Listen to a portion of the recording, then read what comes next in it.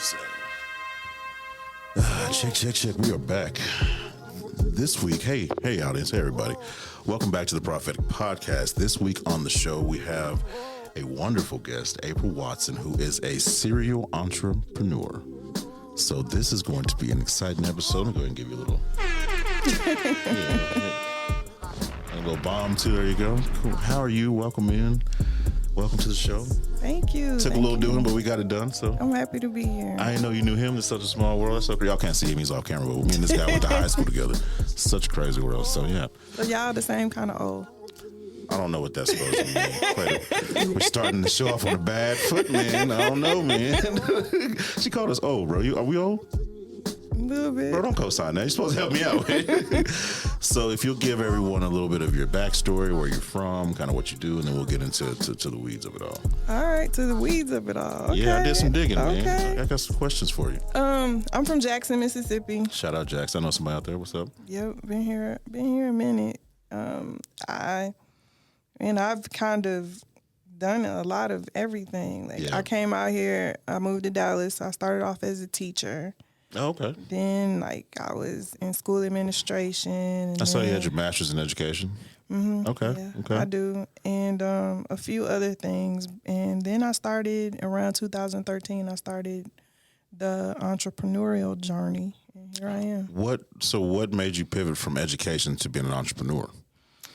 I was increasingly getting bored. It's like I start a job, and of course, you keep getting promotions because, I'm the type of person I go really hard when I do something. Okay. And so I can quickly get to the top, but then when I get there, it's like, what's next? Because I need that adrenaline that comes with working through something. Right. And everybody kept saying, why you don't have your own business? I'm like, you know what? And so it took a while, and then I just took the plunge. What was the first business that you started? Ability Solutions. What is that? Is it still around? Mm-hmm, Okay. Absolutely. Okay. I'm back at work there now. Okay. But it's we do a couple things. So we do vocational rehabilitation. A part of that is helping people with disabilities find jobs. We even have a nationwide contract with the Social Security Administration. And then we do a lot of Medicaid waiver programs too. And the other half of that company does chemical and alcohol dependency counseling. That is beautiful. Mm-hmm. That's not what I expected. Really? I didn't know that. I saw serial entrepreneur. I saw that you had a medicinal weed spot. Is that what it is? The weed spot. I saw a couple different things. Let me look at this list real quick because it was long. I don't want to get this wrong.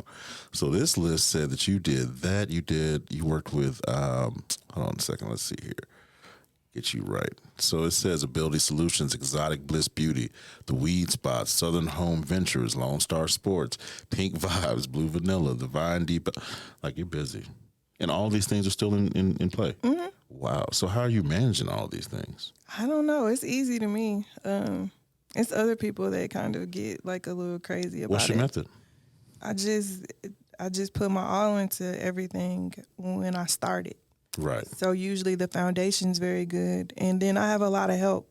So let's not overlook that. A team. Every company that I have, there's a pivot person that can pretty much do everything. So you would say the team is the reason that you're so successful. Mm-hmm. Because you can't I'm do the it by creative yourself. person. Right. I'm not the type of person that, you're going to see when you come into the store all the time. But I'm definitely the creative brain. So which one, of all of your ventures, which one is the most important? If there is a most important or a favorite, which one would it be?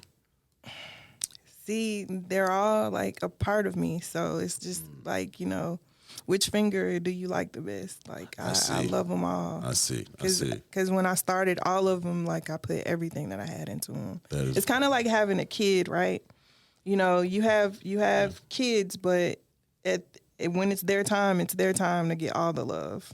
So I have one right now. She's my favorite. She's the only one. How old is she? She's 2. Oh, that's a good She was crying so age. hard when I was leaving this morning. I said, wish me luck today. And she said, let's go. I said, no, I'm going. You got to stay here. She tried to get in the car. Yeah. So let me ask you this. The medicinal weed spot, explain to me what this is, because I was curious about that a lot. What is that? So the Weed Spot is a cannabis dispensary brand. In Dallas? It's in Dallas.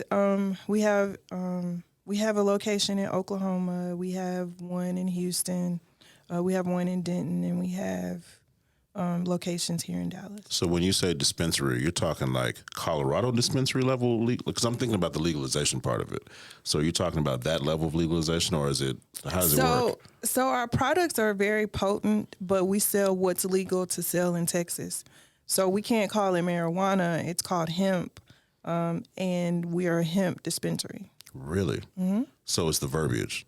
It's just it's not changing the THC content at all. It's the type of THC. Okay. So more so than because the law regulates Delta 9 THC, but it's other THCs in the plant. Like Delta 8. There's a couple others, right? Yeah. Okay. And so the law regulated Delta 9 and said that the only difference between that and hemp is 0.3% or less. Mm-hmm. It's hemp, 0.3% more than that is marijuana. Fundamentally, that's the difference between hemp and marijuana. So the government regulated Delta 9, but all the other THCs in the plant are fair game, period. And so a lot of people don't know that in the marijuana plant, it's not necessarily the Delta 9 THC just in the natural flower plant. It's not necessarily the Delta 9 that produces the most high. It's the THCA in the flower. And THCA isn't regulated. So the same 35% THC flowers that you could get in Colorado, we sell here. It's just that we had to get to that though. So if you came to us 5 years ago, mm-hmm. we were selling CBD because most places, mm-hmm. right? Because the market hadn't evolved, and like people have really been putting in the research to actually break the plant down, find out what's in it, and then what we can legally sell. And so we've evolved in the last few years into, you come in and you buy any of our products and they compete with anything that you buy in California, Vegas, Colorado. I don't care. Like it's probably a better quality because it's grown with a lot of love and care, and not just mass produced, but it's pretty so much when you the say same. grown, I'm curious now because I was a science major, so now you got my brain turning. This was not on the list, but so how is it grown with love and care? What is the if you can speak to a little bit of the process, how does that work? So we grow. Well, our growers, I prefer greenhouse flowers. Mm-hmm. Just indoor flowers because you can grow it with hydroponics and you can put the necessary nutrients in it, mm-hmm. and then you can put it in a sterile environment where you don't have to use a lot of pesticides and, right. Everything's natural. So we're not using a lot of chemicals to grow. We're not using any chemicals to grow. Let me just rephrase that. All natural. So everything is all natural. That is beautiful. And then where they grow it, they take away like the natural pests and predators in the building that because usually greenhouse. Right. Okay. And like they'll wrap it in plastic and then it's nice. What troubles have you run into in that industry though? Honestly, it's been easy. When we first opened, the first 4 months we opened, my staff called me and they were like, the police are here. And honestly, but again, remember, I'm going to read the law. Like I went to law school for a year. I didn't finish because I had a kid, but I read. So like that's one thing about me. I would sit and I would read the law, the guidebooks, I would read them front to back. So I knew exactly what we could do. And I knew like it didn't matter what our name was, like it's nothing like we're doing wrong. What were they there for though? Somebody told them we were selling weed. I don't know why they got that wrong, where they got that from. But nothing happened, obviously. So I mean, they were in there like, and I'm just like, leave these kids alone. I'm on my way up there, and I'll talk about whatever you guys want to talk about. And when I came, they was like, it looks like marijuana, and I'm like, but it's hemp. Wow. I'm not wavering on that because here's the thing: I don't take chances. A lot of these companies out here might be selling underground marijuana. Mm-hmm. They might be. Mm-hmm. We do not. We do not sell anything that's illegal because we don't have to.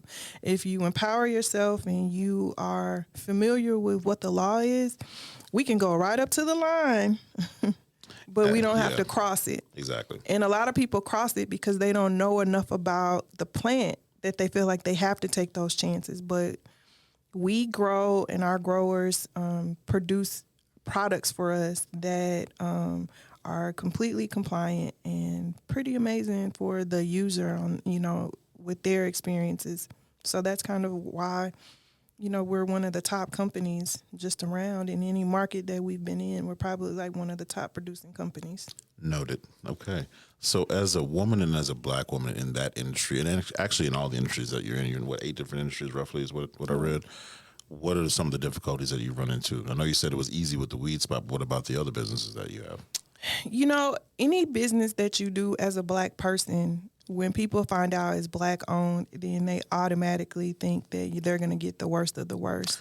So although, let me say, I love everybody's money and I am a Black person, but when someone walks into anything that I own, I don't want them to think Black. I just want them to think Quality.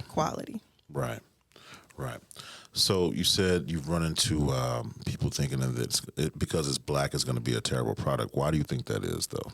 I don't know, and I was asking really someone else want this question the other day too. I really want to change that stereotype, because when people do find out, the very few people that know the weed spot is Black owned, when they do find out, they're like, "Oh my God, wow, why do you feel like that? Your expectation of me?" Because I'm a perfectionist. Like he'll tell you, like he's seen me in relax mode lately, but now I'm in work mode, and he's like, "Oh my God," right? And it's just like I go hard. So no, I want the same level of customer service. I like clean stores. I know what it would take for me to come into an establishment. So I always think about what would I want to see, right. And then you create things based on that. And my expectations are high, so I'm gonna try and provide that in my establishments. Going back to your backstory, I saw AKA. Yes. You ski weed? Yes, I am. It's cool. Alpha Kappa Alpha sorority incorporated. Yeah. I have some family that are sororities, or that are part of the same sorority. Has that impacted your journey at all? Has that helped your journey? Are they supportive of I mean, being in a Black Greek letter organization prepares you for so much. Like from the start, we're putting together events. We're working with large groups of people to make things happen. So absolutely. And the connections that you make and the bonds that you build are life lasting. So you said community. What are some of the community initiatives that you're involved in? Right now? Oh, gosh. Uh-oh. I'm not active right now, but I support from a distance. But the scholarship parts, which in turn leads to a business that I'm opening right now. But when it comes to service and scholarship, yep, our sorority's big on that. Yeah. Okay. So what drives your commitment to community and involvement on it? What drives that? Because I was one of those people that you probably would consider like a stereotype, I was like, I had a baby at 16. I was one of those people that you could look at, and I had to choose like what direction I wanted my life to go in. So with that being said, I want to show other women that it doesn't stop for you. Like, it's even if you make mistakes earlier in life, like you can still persevere, grow. I think that's where I'm at right now, because at first I wanted to kind of be behind scenes and I really didn't want the attention, but I know representation is important, and I'm learning that. And so if there's another young lady who cannot go down the path that I went, or if there's a young lady who has gone down the path, like there's things, we can grow in all types of situations. I agree with that. So do you mentor as well? I'm getting to that. So in the fall, we started a Boss Ladies Network initiative, and it's kind of been on pause because I've been busy, but I was just talking to somebody yesterday, and we're planning a December event where we're encouraging like young women to become entrepreneurs and putting things in place to support those who already are. Okay. Do you think that, how do you think your education played into your entrepreneurship though? Because like, for instance, I went to school, right? I'm not using my biology stuff for literally anything other than some of the techniques you learn, the thought processes, how you use your logic, things of that nature. Yeah, it'll translate, but how do you feel about education versus entrepreneurship? Okay, so I have 4 master's degrees and a PhD. So let me just say that. So coming from that wasn't up there. Coming from Mississippi, like I thought that was everything, and then working in the school system, I thought that was the end all be all. I still believe in education heavily. Would I do all of that now? No. I was No. pre-med, so I wouldn't do it. And the funny thing is, I was a double major in psychology and biology undergrad. Go ahead. Yes, Go ahead. absolutely. All right. Yeah. I thought I wanted to be a doctor I for thought a that bit. I did too. I thought that was everything. And then you go through all those processes. I find myself in a science lab, and I'm like, I hate this. It's like, boring. It's boring. out of my mind bored. And then when it came to physics, it was just like, I don't know. I don't know what I was doing my sophomore year in college, but whatever was happening with physics, I just didn't want to do it. Like, I didn't even want to have to figure out in my brain how to do it. It was genetics for me. I was like, let me just drop this class. It was genetics. Because I got too much to do. Yeah, for me, it was biochemistry and genetics. I was like, I don't know if this is what I want to do. Yep. Yes. Wow. So 4 or 5 masters. What's your PhD in? Public health. Public health. So how many degrees total?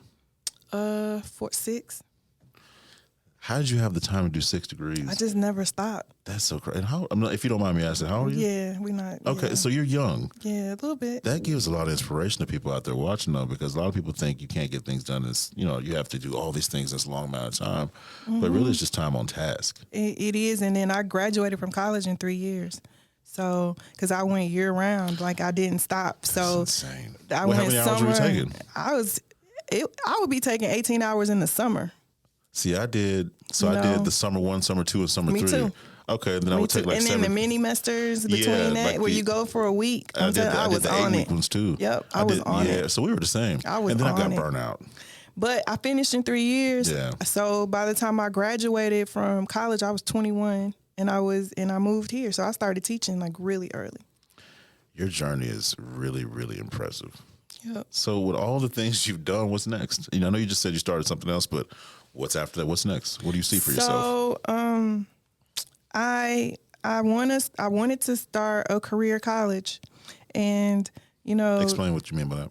like a trade school. Okay, I got you. Because he's the guru of trade schools. Yeah, he don't know, but I've been watching you since we left high school. Just periodically, I'll check in and see what you're doing. I saw you started something, so I'm gonna get him on here one of these days. So yeah. I'm learning from him, and I'm like, I want to add this component to my company because it just makes sense for me. Why a trade school though? Okay, so we do vocational rehab essentially. Okay. So what we do is we have 7,000 clients nationwide in our pipeline. Okay. And we often refer them out to trade schools so they can go get the necessary education and then come back and we find them a job. But it'd be nice if we had that service in-house where they can come to us, they can, get their job training, and then they can graduate to job placement, and then we can kind of keep everything under one roof, what they call it, vertical alignment. Mm-hmm. So why a trade school, or let me ask you this, let me rephrase. How do you measure a trade school versus college?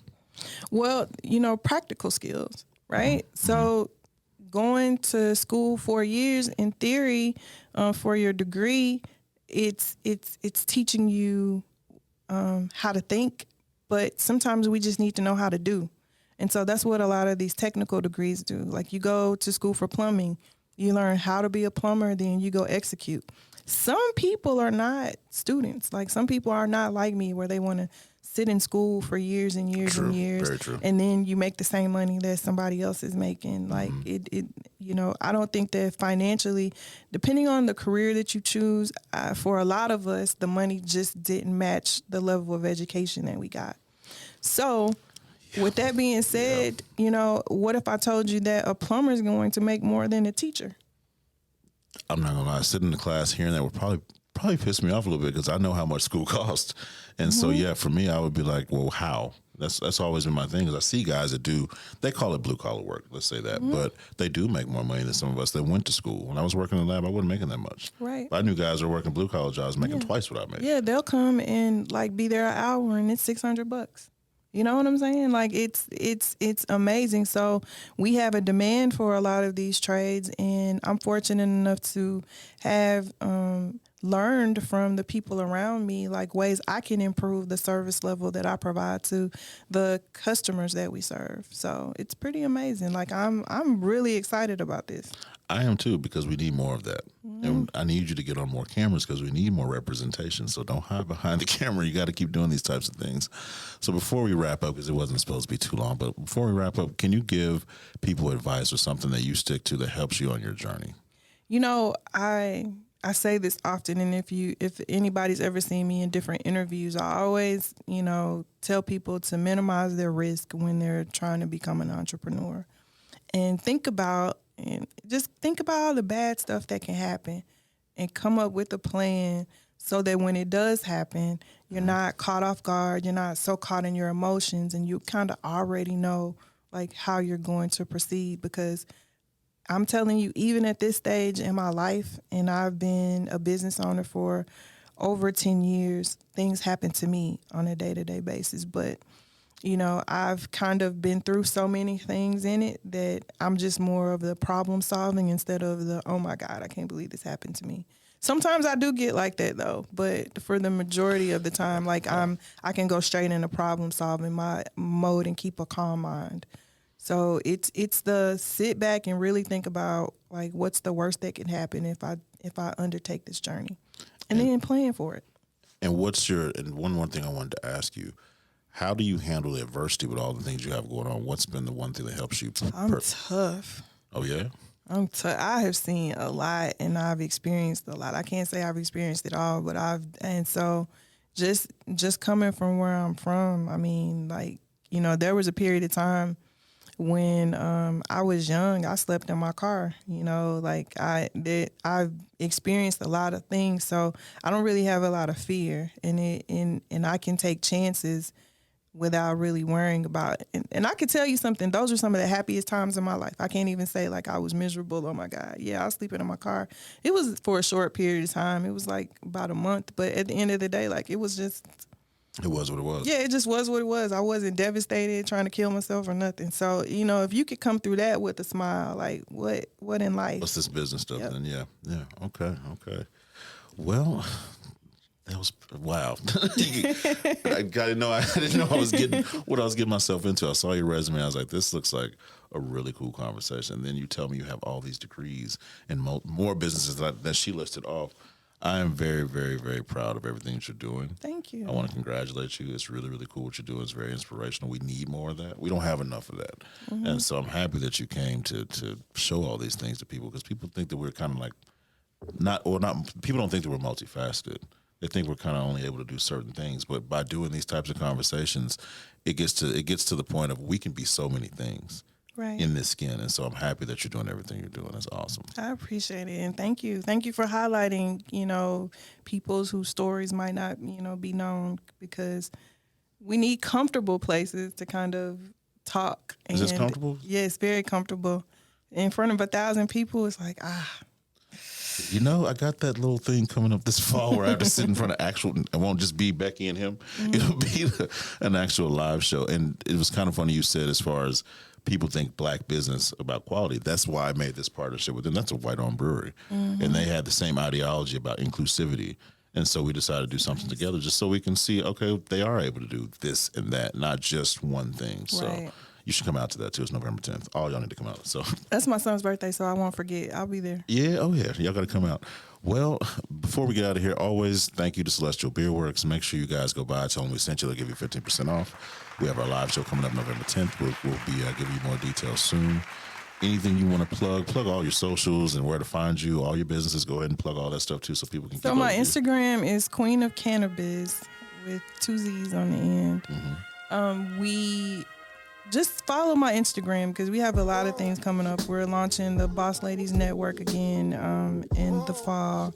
We're actually planning a Power Couples networking dinner next month. And we want, to involve to highlight, because a lot of times we're in the background. So we want to highlight like couples and support other couples who are entrepreneurs and kind of facing some of the same issues that we are. Yeah. And I have a cannabis course coming out pretty soon. So just, follow me on Instagram. Cannabis course? Mm-hmm. Like to teach you what about cannabis? A lot. Like how to grow or the business side? How to grow, the business side, the distribution side, the manufacturing side, everything. Huh. We're gonna have to talk. But anyways, as always, thank you for listening in. Thank you for tuning in. Hopefully you guys learned something. Hopefully you evolve. Hopefully you grow. And hopefully you come back and kick it with us all over again. Thank you for coming in. Thank you. Thank you for having me. Yeah, it was a Thank you. pleasure. It was a pleasure. Let me give you some. That's it, y'all. Bye.